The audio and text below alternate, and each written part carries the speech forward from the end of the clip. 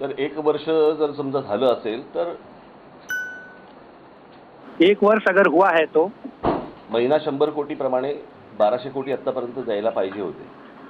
महीने के हिसाब से 1200 करोड़ अब तक दिया होगा. दुकानं बंद होती, बार्स बंद होते, त्याच्यामुळे त्यांना एवढी रक्कम देता नसेल आली.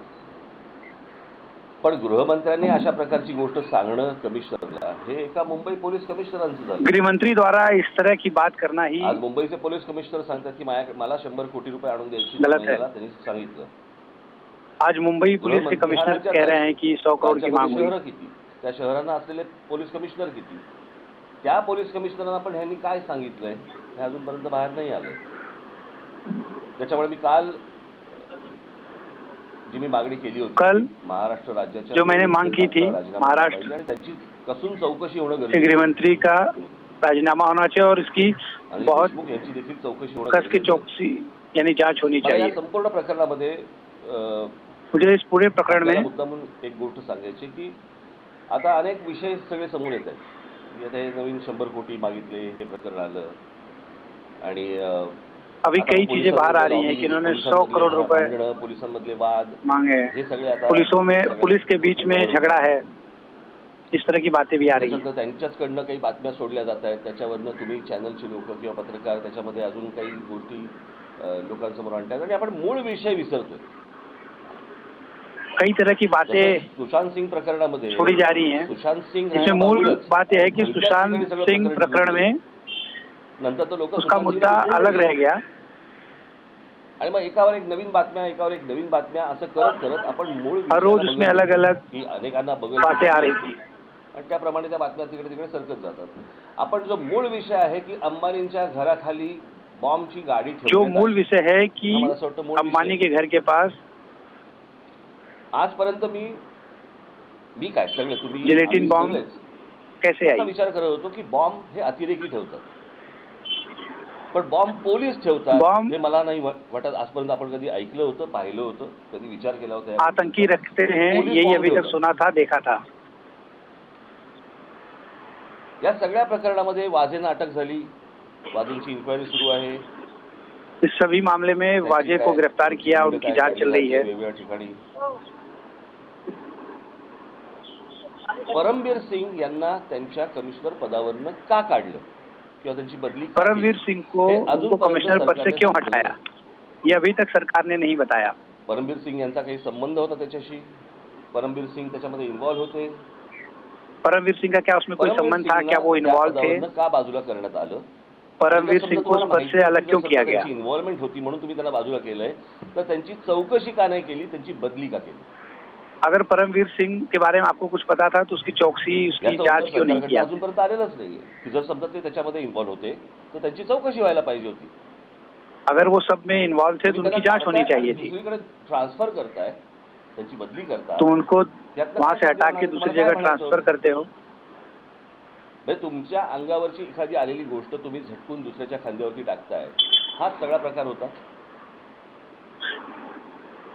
आता आपण मूळ विषयाकडे वळू. मूळ विषय मुकेश अंबानींच्या घराखाली बॉम्बची गाडी ठेवण्यात आली. मूल विषय यह है कि मुकेश अंबानी घर के बाहर बॉम्ब की गाड़ी रखी गई. प्रश्न निर्माण होतात, उत्तर सापडत नाही. अपने देश में कई चीजें होती जिसका उत्तर नहीं मिलता है. मुळात अंबानींच्या घराखाली जी गाडी सापडली त्या गाडीमध्ये जे जिलेटिन ठेवलं होतं ते जिलेटिन आलं कुठून. अंबानी घर के बाहर जो गाड़ी लगी उसमें जो जिलेटिन मिली थी वो आया कहाँ से. खाणी जिकडे असतात तिथे मला असं वाटतं ते जिलेटिन वगैरे दिले जातात, पण ते आले कुठून. ते गाड्या बिड्या वगैरे सगळे प्रकरण तुम्ही आता अनेकदा सगळ्यांसमोर ती मांडली. तर तुमच्या बातम्या इतक्या आल्या की यातली बाजूची गाडी कुठची हेच कळत झालं आता.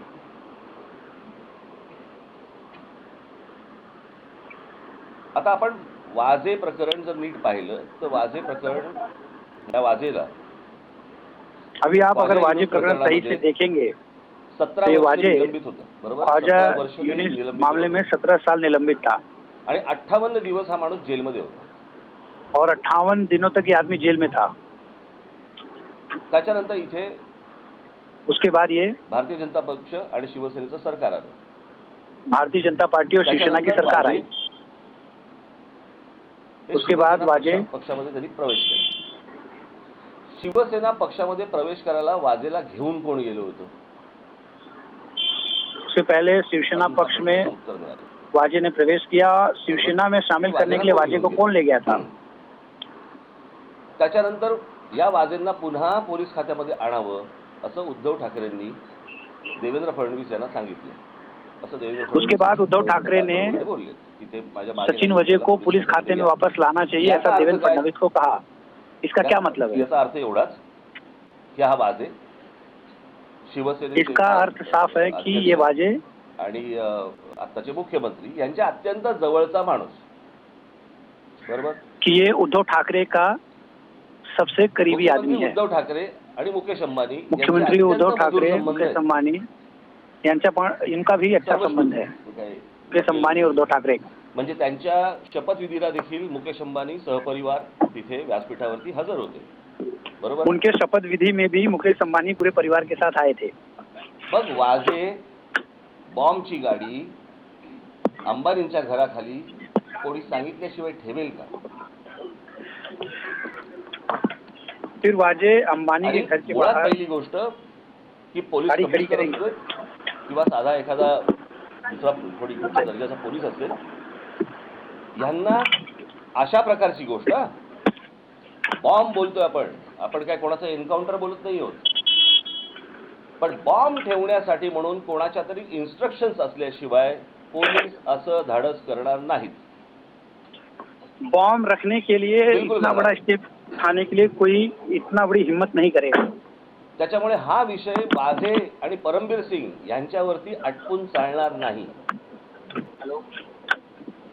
इस मामले में वाजे और परमबीर सिंह आज हीच विनंती केंद्र सरकारला करत आहे, पर एक्शन होके काम नहीं केंद्र चलेगा. सरकारने याच्यामध्ये हस्तक्षेप करावा, कारण याची इन्क्वायरी हम केंद्र सरकार से विनंती करते हैं कि केंद्र सरकार इसमें हस्तक्षेप करे, क्योंकि महाराष्ट्र में इसकी इंक्वायरी जर नहीं हो पाई. केंद्राकडनं खऱ्या अर्थाने जर याची चौकशी झाली, मी आपल्याला सांगतो फटाक्याची माळ लागेल. अगर इस मामले में केंद्र सरकार सही से जांच करेगी तो इसमें पूरा याची आपण कल्पना देखील पटाखों करू की शकणार एक नाही. पूरी श्रृंखला निकलेगी.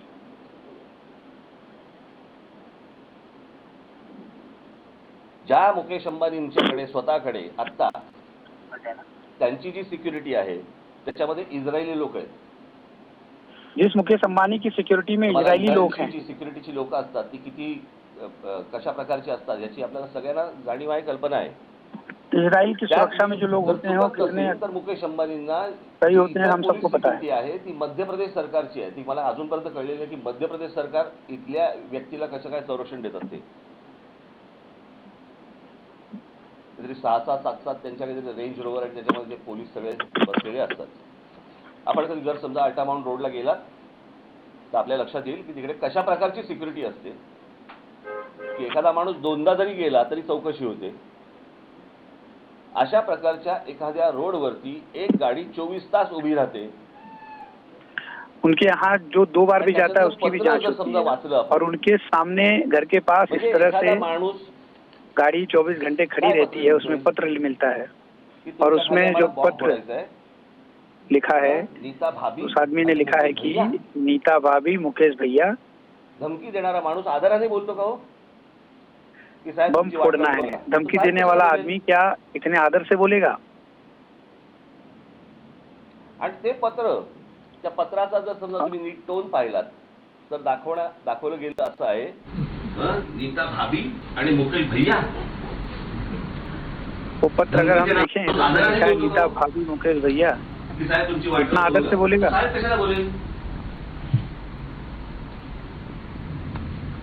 आणि ते पत्र, त्या पत्राचा जर समजा तुम्ही नीट टोन पाहिलात तर दाखवलं गेलं असं आहे की एखादा गुजराती माणूस जसं हिंदी बोलतो तशा प्रकारचा त्याचा तो टोन त्या अख्ख्या पत्राचा.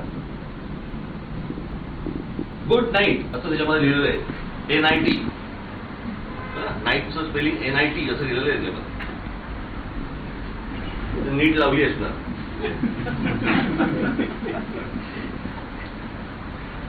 पण अशा प्रकारचं धाडस हे पोलीस करू शकत नाहीत. परस्पर अशा प्रकारची गोष्ट त्याच्यामध्ये अनेक गोष्टी आल्या की म्हणे अंबानींकडनं पैसे काढायचे होते त्याच्यामुळे ह्या सगळ्या प्रकारच्या धमक्या बिमक्या अंबानी इसमें बहुत सी बातें सामने आई कि अंबानी के पास से पैसे निकालने की बात होगी।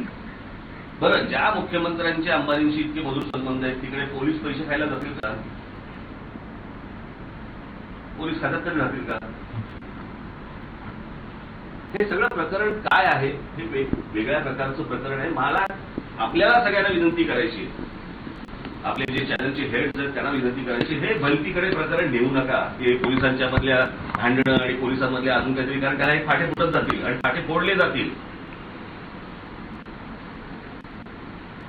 त्याचं जे मूळ प्रकरण आहे ती ही गाडी ठेवली कशी काय गेली, कोणाच्या सांगण्यावरून ही गाडी ठेवण्यात आली, याची किसके कहने पर ये गाड़ी वहाँ खड़ी की गई? तात्काळ हस्तक्षेप करावा, अन्यथा लोकांचा पोलीस प्रशासन सरकार या सगळ्या गोष्टींवरचा विश्वास आज उडालेला आहे. तो जर मिळवायचा असेल तर मला असं वाटतं केंद्र सरकार पोलीस प्रशासन इन सब पर विश्वास उठ गया है। महाराष्ट्रामध्ये इतर सगळे प्रश्न पडले, महाराष्ट्र में इतने सवाल खड़े हो रहे काय हैं। करोनाचे आकडे येत आहेत, त्याच्यानंतर मुलांच्या शिक्षणाचं शैक्षणिक वर्ष फुकट गेलं त्यांचं, बच्चों की शिक्षा की अनेक मुलांच्या आई वडिलांची नोकऱ्या गेल्या, त्याच्यामुळे शिक्षण सोडावं लागलं. यावेळेला लोगों के बच्चों के माँ बाप की नौकरियां गई हैं। फक्त मुंबईमध्ये, सिर्फ मुंबई में 20,000 ऍडमिशन्स या कमी झाल्या, मुलांनी घेतल्या नाही. 20,000 मुंबई में 20,000 एडमिशन कम हो गया है। नोकऱ्या गेलेल्या आहेत, जिथे मुलं शिक्षणापासून वंचित आहेत. बेरोजगारीचा आकडा तर रोज फुटतो आहे, अनेकांच्या बेरोजगारी का आकडा बढ़ रहा है। सगळ्या विचित्र परिस्थितीमध्ये आर्थिक परिस्थिती इतकी खराब आहे, आर्थिक परिस्थिती इतनी खराब है। आहेच आहे. म्हणजे अर्थसंकल्प मांडताना हे वरून सांगतात 100 कोटी वसूल करा, म्हणून तो पोलीस जाणार ना तिकडे. आणि इतकी म्हणजे मला लाज वाटली काल. मुझे शर्म आ गई कल कि महाराष्ट्र एवढा महाराष्ट्र जैसे ही त्याचा गृहमंत्री सांगतोय बार मध्ये जाऊन राज्य में उसका गृह मंत्री कहता है कि 100 करोड़ रुपए दो। इतका घाण, इतकी विचित्र वाईट अवस्था मी आजपर्यंत कधी बघितलेली नव्हती. कितनी बुरी अवस्था हो गई है, ऐसा आज तक मैंने नहीं देखा। पाहिजेच, कोणत्याही परिस्थितीत त्यांनी राजीनामा द्यायला पाहिजे, त्यांचा राजीनामा घेतला गेला पाहिजे. गृह मंत्री का राजीनामा होना ही चाहिए, किसी भी परिस्थिति में होना चाहिए। हस्तक्षेप करून कसून चौकशी इस मामले में केंद्र सरकार को हस्तक्षेप करके चेहरे तुमच्या समोर येतील, जांच करनी चाहिए। आणि केंद्राकडनंही जर समजा उद्या असं झालं नाही तर हा देश अराजकाकडे चाललाय, एवढं फक्त लक्षात ठेवा. इसके बाद भी अगर ये सब नहीं होता है तो ये देश समझ लीजिए अराजकता की तरफ जा रहा है। पोलीस बॉम्ब ठेवतात, पुलिस बॉम्ब रख रही है। इतकी शुल्लक समजू नका. तो राज ठाकरे को आप सुन रहे थे, तमाम गंभीर सवाल उठाए हैं राज ठाकरे ने महाराष्ट्र सरकार को लेकर, और कहा है कि आतंकियों को बम रखते तो कई बार सुना था, लेकिन पुलिस को बम रखते पहली बार देखा जा रहा है, सुना जा रहा है. महाराष्ट्र के गृह मंत्री अनिल देशमुख का इस्तीफा मांगा है राज ठाकरे ने भी, और कहा है कि इस मामले की निष्पक्ष जांच बहुत ज्यादा जरूरी है. परवाह देश की, सोमवार से शुक्रवार रात 10 बजे TV9 भारतवर्ष पर।